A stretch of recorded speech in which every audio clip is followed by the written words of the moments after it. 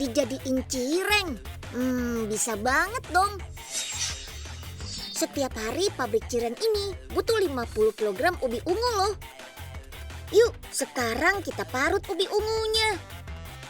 Kalau sudah, timbang parutan ubi ungunya sesuai takaran. Ubi ungu lanjut kita rebus deh. Masak air, lalu masukkan bawang putih halus dan garam. Baru deh masukkan parutan ubi ungunya. Yuk, campur rebusan ubi ungu ke dalam tepung tapioka. Aduk-aduk sampai adonan rata. Ibu-ibu ini bertugas mencetak cireng nih.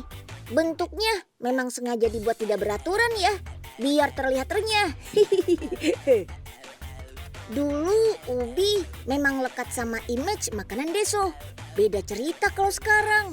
Ubi bahkan ambil bagian dalam tren kuliner kekinian. Saking populernya, ubi segar dari Indonesia bahkan diminati di mancanegara loh. Check it out info potensi ubi di Indonesia. Dalam episode Juragan Ubi sesaat lagi. Yuk kita kemon!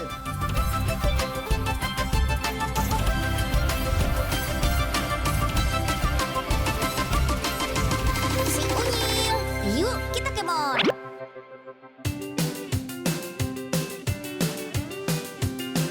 Siapa sih yang gak kenal ubi jalar? Salah satu pengganti bahan makanan pokok selain nasi dan jagung. Selain mudah didapat dan diolah, rasa ubi jalar yang nikmat membuatnya dapat dimakan tanpa tambahan lauk apapun. Beberapa metode pengolahan ubi jalar seperti digoreng, panggang, atau bakar dapat meningkatkan indeks glikemik yang dapat memicu kenaikan kadar gula darah.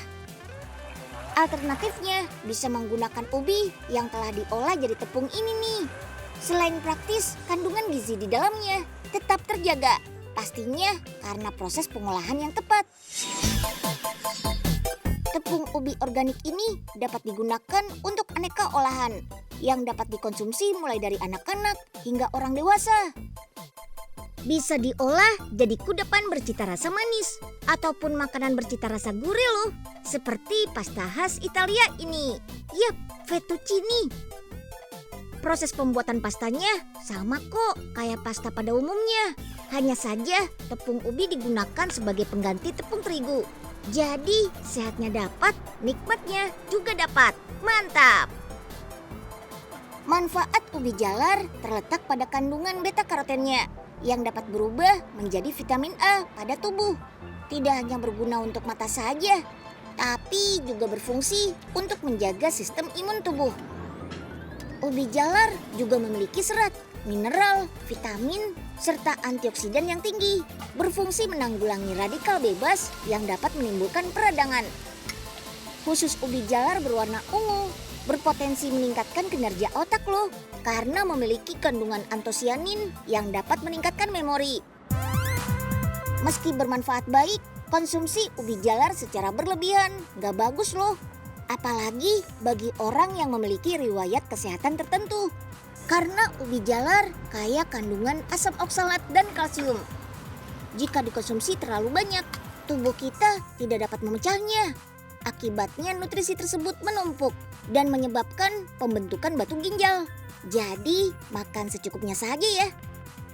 Lembut dan kenyal yang dihasilkan dari tepung ubi berpadu dengan rasa gurih dari bumbu pasta, menghasilkan cita rasa yang menggoyang lidah. Alamak, enak banget.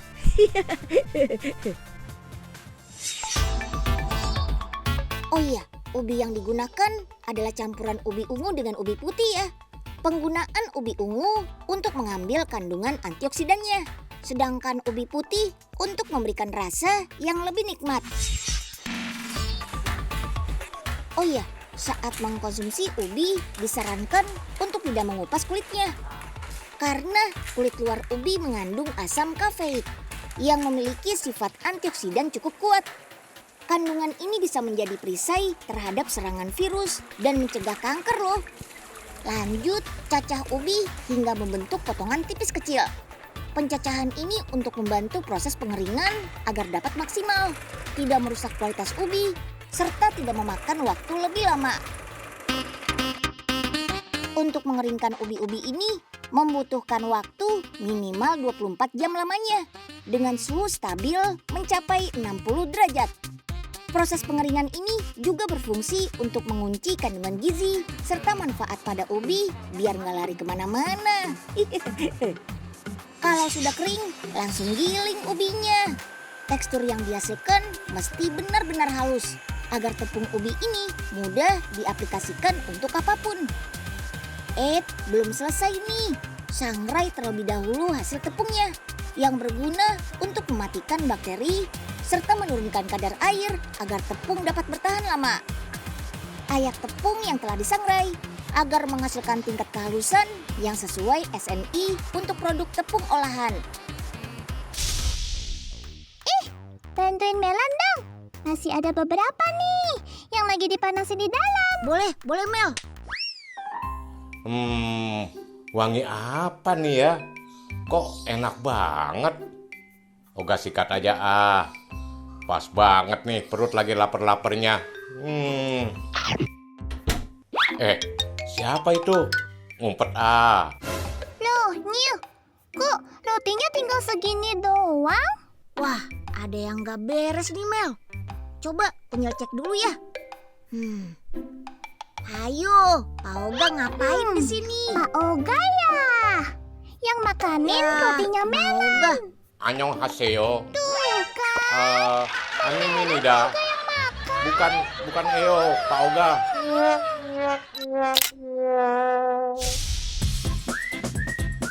Kalau teman-teman mengikuti tren makanan yang lagi viral, pasti tahu dong sama roti yang satu ini. Iya, ini adalah sweet potato mochi bread. Roti asal Korea yang tampilannya mirip banget sama ubi ungu. Di Korea, roti ini dikenal dengan nama gogumapang. Roti mochi dengan tampilan gemas, dengan isian ubi yang lembut, manis, dan legit. Yummy!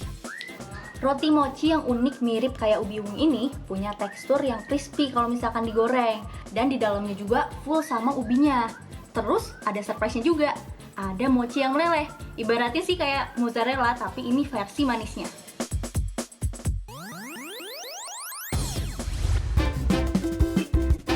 Pertama, kita buat adonan kulitnya dulu. Aduk tahu putih dan telur. Satukan bahan kering seperti tepung terigu, gula pasir, tepung ketan, dan baking powder. Campurkan bahan basah ke bahan kering. Aduk-aduk sampai merata. Setelah itu, mixer selama 15 menit. Dan tambahkan air sedikit. Tunggu sampai adonannya kalis. Meskipun tampilannya mirip ubi jalar ungu, tapi isiannya pakai ubi jalar oranye.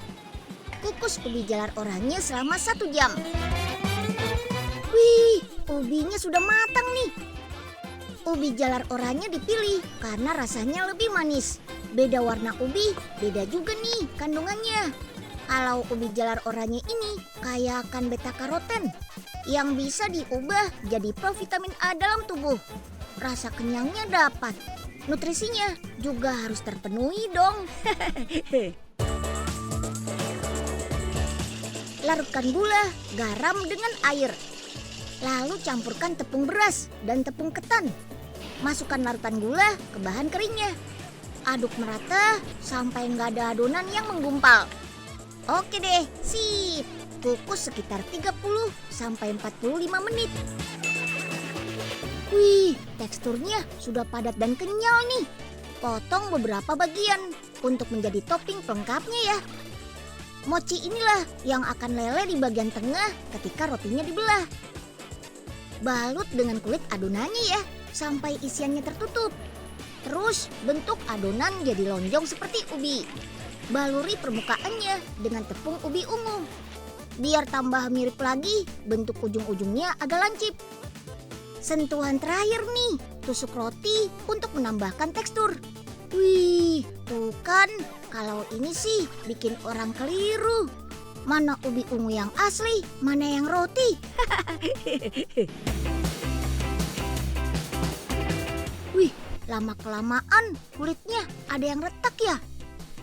Tenang, ini malah lebih bagus. Bikin tekstur ubi ungunya lebih natural. Sweet potato mochi bread ini nggak pakai pengawet. Daya tahannya sih cuma 3 hari di kulkas dan 1 hari di suhu ruangan.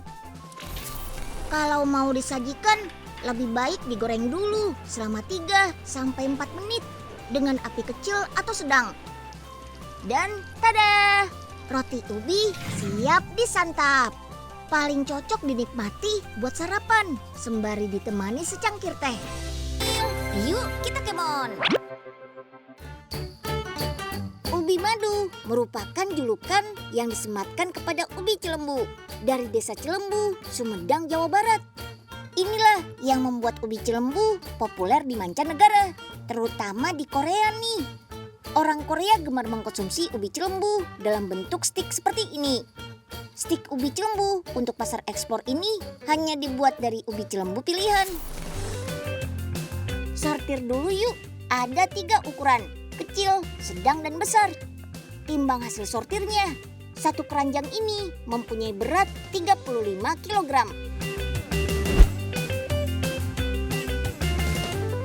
Oke deh, puluhan keranjang berisi ubi Cilembu siap kita bakar nih, menggunakan oven berbahan baku batu bara. Setelah 2 jam, ubi Cilembu bakar siap dikeluarkan. Oh iya, pabrik ini sudah ada sejak tahun 1993 loh.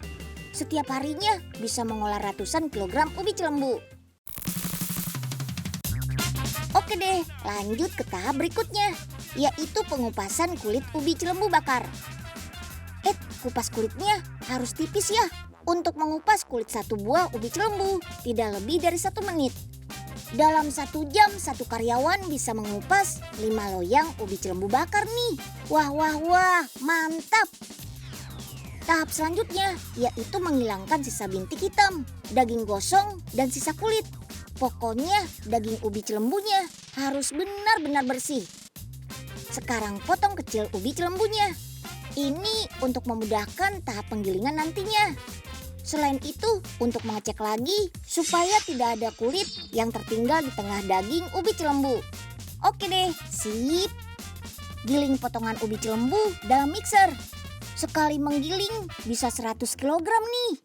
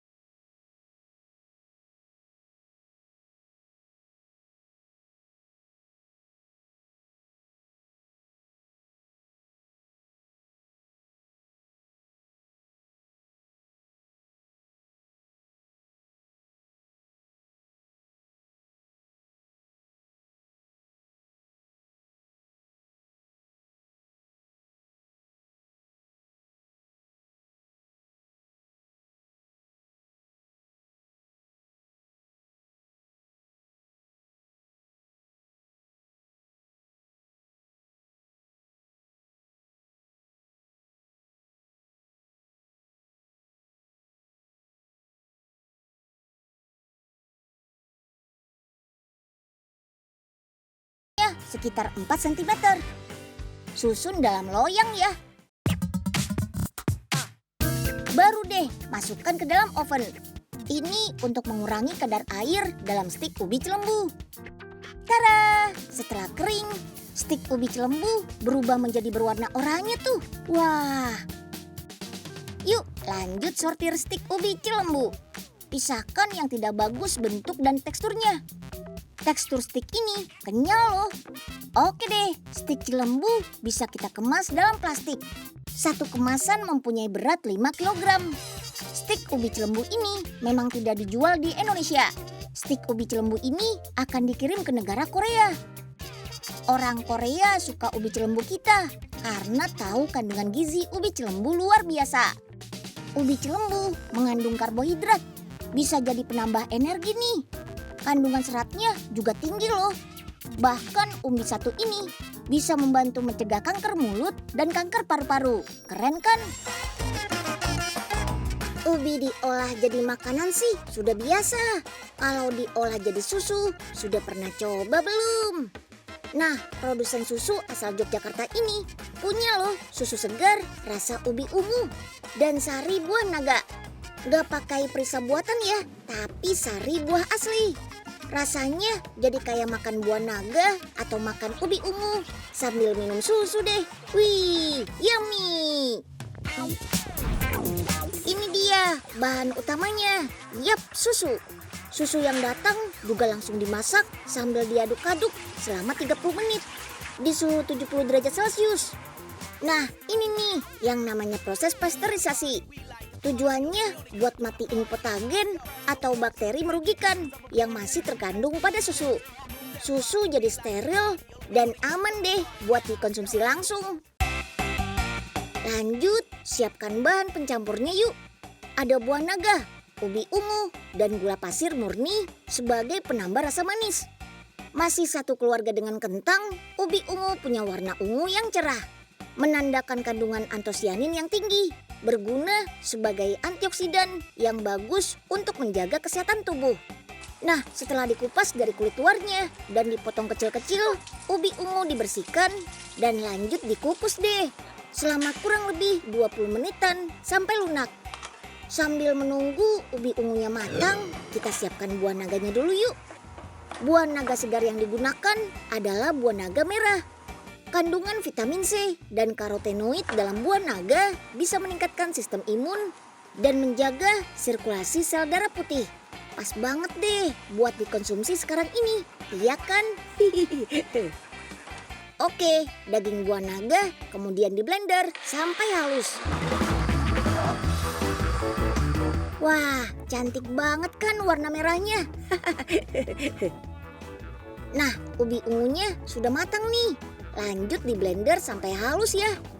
Karena kandungan seratnya yang banyak, perlu ditambahkan susu biar proses pelumatan jadi lebih gampang. Wih, warna ungunya juga gak kalah cantik nih. Sip, ubi ungu dan buah naga yang sudah diblender sampai halus tinggal dicampur deh sama susu yang sudah dipasteurisasi tadi. Aduk-aduk dan tara, susu ubi ungu dan susu buah naganya sudah jadi deh. Selain memberikan rasa, warna dari buah naga dan ubi ungu juga dimanfaatkan sebagai pewarna alami susunya. Ayo teman-teman Unyil, mau pilih yang mana nih? Biar lebih nikmat, jangan lupa minumnya pas masih dingin ya. Yummy! Santai dulu. Waktunya tidur siang nih. Ih, embul nih, makanin ubi terus. Awas ya, nanti kalau kentut-kentut, Unyil turunin di tengah jalan nih pokoknya. Unyil cerewet amat sih. Baru juga Embul makan satu. Iya Embul, satu, tapi satu gerobak. Enak aja. Tapi iya nih. Kok perut Embul agak kembung ya sekarang? Embul, jangan kentut. Aduh, Embul. Ya, terlanjur Nyil. Ih, bau banget sih Embul. Unyil lebay banget sih. Lagian kalau wangi, namanya bukan kentut lah Nyil. Awas Nyil, awas Nyil. Aduh. Embul. Apaan sih nabrak-nabrak pos ronda? Gak tahu Pak Uga lagi santai apa nih? Yuk, kita kemon. Bisa diolah jadi aneka ragam kuliner kekinian. Diolah jadi tepung organik kaya khasiat. Pati dan pastanya juga diburu oleh pasar internasional. Kalau selama ini kita cuma mengenal ubi sebagai camilan sore atau alternatif pengganti nasi, jelas salah besar ya. Karena ternyata ubi yang dikenal Deso ini punya potensi luar biasa yang sangat menjanjikan, baik dalam pasar lokal maupun pasar luar negeri. Kalau gitu Unyil pamit dulu ya, mau lihat-lihat kebun ubi. Siapa tahu Unyil bisa jadi juragan ubi buat pasar ekspor. Dadah.